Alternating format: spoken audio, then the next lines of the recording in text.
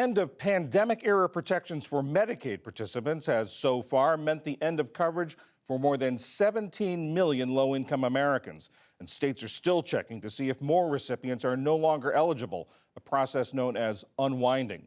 Now the federal government is raising questions about that process, especially when it comes to children. In December, the Department of Health and Human Services sent letters to the 9 states with the highest number of children losing coverage, telling them that they must do more to keep children in the program. One of those states is Florida, which is considering other changes to the way it provides health insurance to children from low to moderate income families, expanding access for some, limiting it for others. Ali Rogan has more. Since the Medicaid unwinding began last spring, Florida has removed 420,000 children from the rolls of both Medicaid and CHIP, the Children's Health Insurance Program. CHIP insures children from families with modest income, but that make too much money to qualify for Medicaid. Florida is also challenging a federal law that went into effect at the beginning of this year, requiring states to provide children with 12 months of continuous Medicaid or CHIP eligibility. But Florida also took steps to expand CHIP eligibility, voting last year to increase the amount of income a family can have before they no longer qualify for children's health insurance programs. Daniel Chang is a correspondent based in Florida for KFF Health News, here to break it all down for us. Daniel, we have the Medicaid situation, we have Florida's CHIP situation. Can you tell us broadly, what is the state of health insurance for children in Florida right now? And if you can, how does it compare to what's happening in other states right now? So Florida has a children's health insurance program like pretty much every other state does right now. And last year it had about 120,000 children in it. It's a program for low and moderate income families. And what Florida is doing is it's contesting the federal government's authority to essentially change the rules of how kids stay enrolled in the program. What Florida is saying is that it should be allowed to disenroll children from the Children's Health Insurance Program if their parents don't pay premiums. They get a 30-day grace period after that. But starting January 1st, the Centers for Medicare and Medicaid Services, the federal regulatory authority, said that you can no longer disenroll children for non-payment of premiums. You can only require them to pay the first month. After that, if their parents don't pay, you have to leave them on for at least another 11 months. Florida says that's not fair. We've always been able to disenroll kids from CHIP if their parents didn't pay the premiums.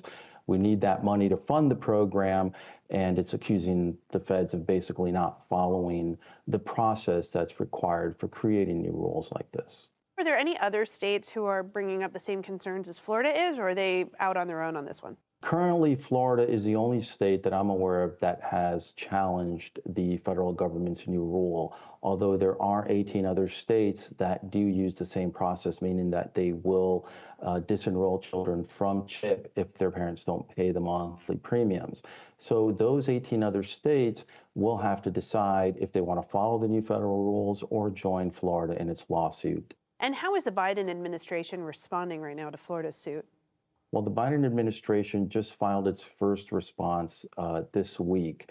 And essentially what the Biden administration is saying is that the Consolidated Appropriations Act of 2023 changed the rules in 2 fundamental ways. If I can interrupt you quickly, that is the bill that established this 12-month continuous eligibility period.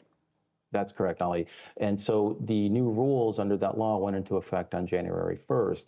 And essentially what the Biden administration is saying is that the law no longer allowed continuous eligibility to be optional. It's now mandatory for both Medicaid and CHIP.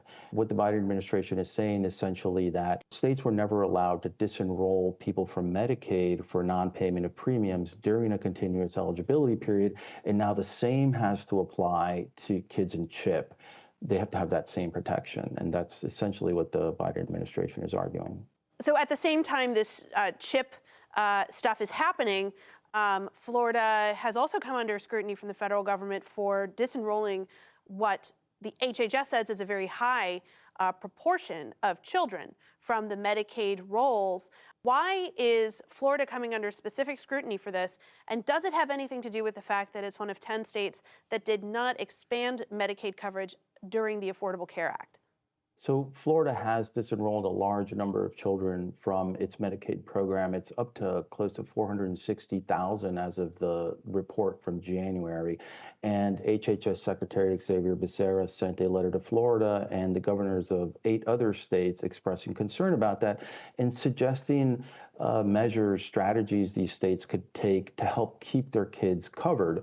One of them relates to just eliminating premiums in the CHIP program. Others involve persuading states to take up what the federal government calls flexibilities for this unwinding process. So, for instance, allowing states to just determine a kid's eligibility and re-enroll them in the program. There's a large number of disenrollments during Florida's Medicaid Unwind that are due to procedural reasons, which is often when paperwork isn't returned or people don't respond. Medicaid expansion is another strategy that the Secretary cited in his letter to governors as helping to improve coverage for children, because when parents have health insurance, it's a lot more likely that their kids will also be insured. At the same time all of this is happening, the Florida legislature voted to raise the family income limit to qualify for KidCare, which is basically the children's health insurance program in Florida. So what's the status of those efforts, and how many children would that state legislature action potentially provide coverage to? Governor DeSantis signed that expansion for CHIP into law in June. And essentially what it did is that it raised the income eligibility level. So about another 40,000 or so children would be newly eligible once that CHIP expansion takes effect. But it hasn't yet, because there's a complicated process for states to do this. And it involves having state and federal public comment periods. And Florida hadn't done that, and now they have to. The state wanted to start the expanded population for CHIP this year. If they do, it would have to be later, much later in the year. Right now, they've just started recently the state public comment period. I think people hearing this might wonder to themselves why Florida is taking some measures to expand eligibility vis-a-vis income, but choosing other options that would effectively keep other children disenrolled. Well, what Florida's claiming is that those premiums help to fund the CHIP program, and they were counting on it to fund the coverage for the expanded population.